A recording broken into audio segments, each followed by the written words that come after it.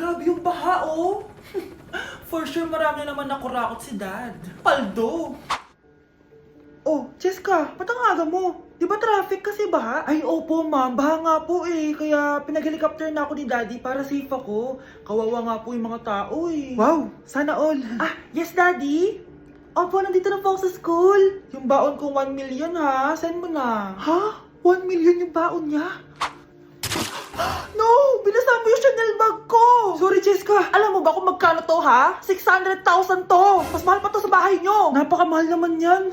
Whatever. Papabili na lang ulit ako. Salamat ka, mabait ako. Nahiya naman tong 300 peso na bag ko.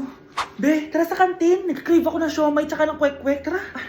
Pwede bang sa Wolfgang na lang tayo mag-lunch? Hindi kasi ako sanay sa mumurahing pagkain. Be, anong kala mo sa akin? Anak ng CEO? Ano ba yan? Hindi ba kayo binibigyan ng allowance ng daddy nyo? Ako na nga lang. Hindi ka naman ganyan dati. Okay, class. Si Cheska na ang bago nating treasurer. Ma'am, wag si Cheska. Kukurakutin niya lang yung class funds natin. Parang tatay niya.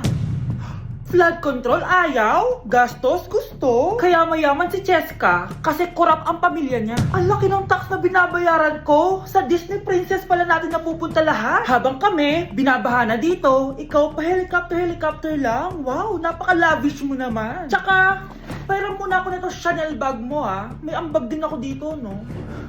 Hindi kami titigil hanggat walang nakukulong. Deserve nyong magdusa.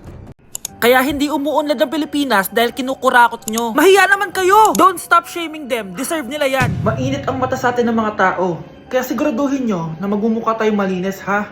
Dad! Alam na nilang lahat! Nadidepress na ako. Binabash nila ako social media. Tapos kanina sa school, binubuli nila ako. Nasisira image ko. Ayusin mo to, Dad! Gumagawa na ako ng paraan, anak.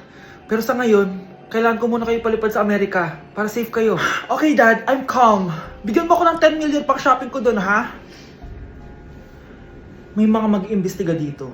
Kaya lahat ng mga luxury cars namin, itago nyo muna. Hindi nila pwede makita yung mga yon. Base sa report na binigay sa akin, may ghost project daw kayo. Totoo ba yon? Wow! It's a yes or no question. Bakit di ka makasagot? Your Honor, kakausapin ko po muna yung lawyer ko. Ang kakapal nyo. Halata naman sa mga kilos nyo na guilty kayo. Kamusta na kaya sila, Mom and Dad? Sana okay lang sila.